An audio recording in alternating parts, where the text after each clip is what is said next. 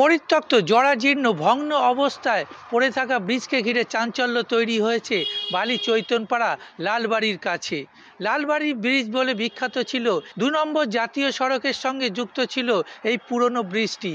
কিন্তু নতুনভাবে রাস্তা তৈরি হওয়ার পরে এই ব্রিজটি পরিত্যক্ত অবস্থায় পড়ে রয়েছে, ভেঙে পড়ছে পাঁচিলের একাংশ এবং ব্রিজের অবস্থাও খুবই জরাজীর্ণ হয়ে রয়েছে।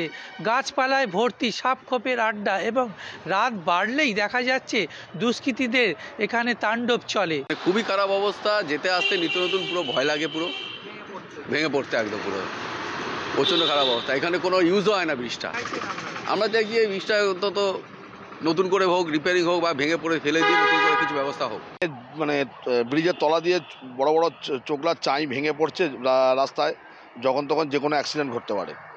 এবং সাইডের যে এগুলো হয়ে রয়েছে রেলিংগুলো, সেই রেলিংগুলোর অবস্থা খুবই খারাপ, যে কোনো সময় পড়ে আমাদের গাড়ি মাড়ি থাকে, সেই গাড়ির কাছে পড়ে কাঁচ ভেঙে যাচ্ছে। পরিত্যক্ত ব্রিজ নিয়ে আতঙ্ক তৈরি হয়েছে এলাকায়, কিন্তু পিডব্লিউডি থেকে শুরু করে কোনো রকম প্রশাসনিকভাবে এই ব্রিজটিকে রক্ষণাবেক্ষণের দায়িত্ব নিচ্ছে না।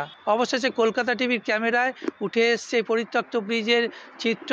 আশ্বাস মিলেছে সাধারণ মানুষ যেটা জানাচ্ছে, এখানে পার্ক করে দিলে হয়তো এই ব্রিজটি রক্ষণাবেক্ষণ হবে এবং কোনো রকমভাবে ভেঙে পড়বে না। আমি জানি ব্যাপারটা, এবং আপনাদের ধন্যবাদ জানাই সংবাদ মাধ্যমকে, আপনারা এই ব্যাপারটা আরও দেখলেন খতিয়ে। তো নিঃসন্দেহে সেটা হলে আমার মনে হয় মানুষের দাবি মিটলে সেটা ভালোই হবে। মানুষ ওটা বাচ্চারা পার্ক হিসেবে ব্যবহার করতে পারবে, কিন্তু তারও অনেক সুবিধা অসুবিধা, আইন কানুন সবই আছে। সুতরাং আমি অবশ্যই দেখব পৌরসভা এবং পিডব্লিউডির সঙ্গে কথা বলে যদি সম্ভব হয় তাহলে মানুষের যে প্রত্যাশা সেটা পূরণ করার আমরা চেষ্টা করব। যেমন হাওড়া থেকে আমার শহর, জগন্নাথ সামন্ত, কলকাতা টিভি।